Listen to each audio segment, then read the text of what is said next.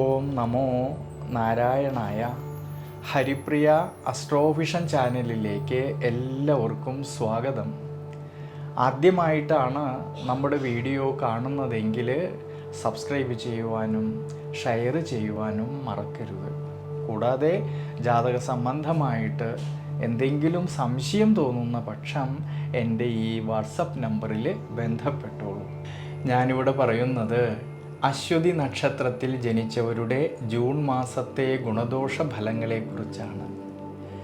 ദൈനംദിന ജീവിതത്തിലാണെങ്കിൽ ഏതൊരു വിഷയത്തെക്കുറിച്ചായാലും നല്ലവണ്ണം അറിവുള്ളവരും ഓർമ്മശക്തിയും ഉള്ളവരായിട്ടുള്ള ഈ അശ്വതി നക്ഷത്രക്കാരിലാണെങ്കിൽ ഈ ജൂൺ മാസത്തിൽ നിരവധിയായിട്ടുള്ള നേട്ടങ്ങൾക്ക് സാധ്യത കാണുന്നുണ്ടെങ്കിലും ആരോഗ്യ പരിപാലനത്തിലും ഭക്ഷണ ക്രമീകരണങ്ങളിലും പ്രത്യേകിച്ച് ജീവിത അനുഷ്ഠാനങ്ങളിലും യാത്രകളിലും ഡ്രൈവിങ്ങിലും എല്ലാം തന്നെ കൂടുതലായിട്ടും ശ്രദ്ധ വേണ്ടുന്നതായിട്ടുള്ളൊരു സമയമാണ്.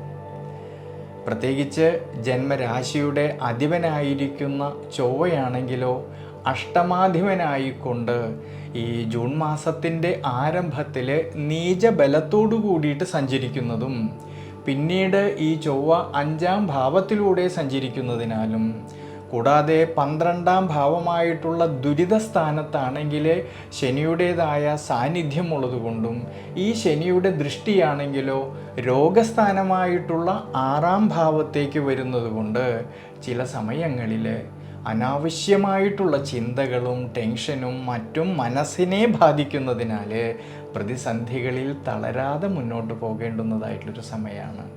പ്രത്യേകിച്ച് ഈ സമയത്ത് ഭൂമി സംബന്ധമായിട്ടുള്ളതായ കൊടുക്കൽ വാങ്ങലുകളിലും നഷ്ടം വരാതെ നോക്കണം.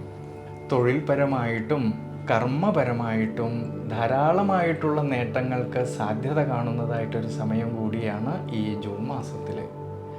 ദേവഗുരുവായിട്ടുള്ള സർവേശ്വരകാരകനായിട്ടുള്ള വ്യാഴത്തിൻ്റെ ദൃഷ്ടിയാണെങ്കിൽ നിവൃത്തി സ്ഥാനത്തേക്കും ഭാഗ്യസ്ഥാനത്തേക്കും ലാഭസ്ഥാനത്തേക്കും വരുന്നതും ഈ സമയത്ത് നിവൃത്തിനാഥനായിരിക്കുന്ന കുടുംബനാഥനായിരിക്കുന്ന ശുക്രനാണെങ്കിലോ ജന്മരാശിയിൽ നിന്നുകൊണ്ട് തന്നെ 7ാം ഭാവമായിട്ടുള്ള നിവൃത്തി സ്ഥാനത്തേക്ക് ഈ ശുക്രൻ്റെ ദൃഷ്ടി വരുന്നത് കൊണ്ട് സ്വയം തൊഴിൽ ചെയ്യുന്നവരിലും ബിസിനസ് മേഖലകളിൽ പ്രവർത്തിക്കുന്നവരിലും ഔദ്യോഗിക മേഖലകളിൽ പ്രവർത്തിക്കുന്നവരിലും കർമ്മപരമായിട്ട് നല്ല രീതിയിലുള്ളതായ മാറ്റങ്ങൾക്കും പരിവർത്തനങ്ങൾക്കും സാധ്യത കാണുന്നതായിട്ടൊരു സമയമാണ്.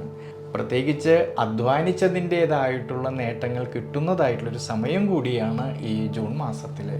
എന്നാൽ ശ്രദ്ധിക്കേണ്ടുന്നതായിട്ടുള്ളൊരു കാര്യം, കർമാധിപതിയായിരിക്കുന്ന ശനീശ്വരനാണെങ്കിൽ 7ര ശനിയിലൂടെ 12ാം ഭാവമായിട്ടുള്ള ദുരിത സ്ഥാനത്ത് സഞ്ചരിക്കുന്നത് കൊണ്ട് ഈ സമയങ്ങളിൽ കർമ്മപരമായിട്ട് ചില സമയങ്ങളിൽ ഉണ്ടാകുന്നതായ മാനസികമായിട്ടുള്ള ടെൻഷൻ മൂലം തൻ്റെ കൂടെ നിൽക്കുന്നവരുമായിട്ട് തർക്കങ്ങളോ അഭിപ്രായ ഭിന്നതകളോ മനോവിഷമതകളോ വരാതെ നോക്കുന്നത് നല്ലതാണ്.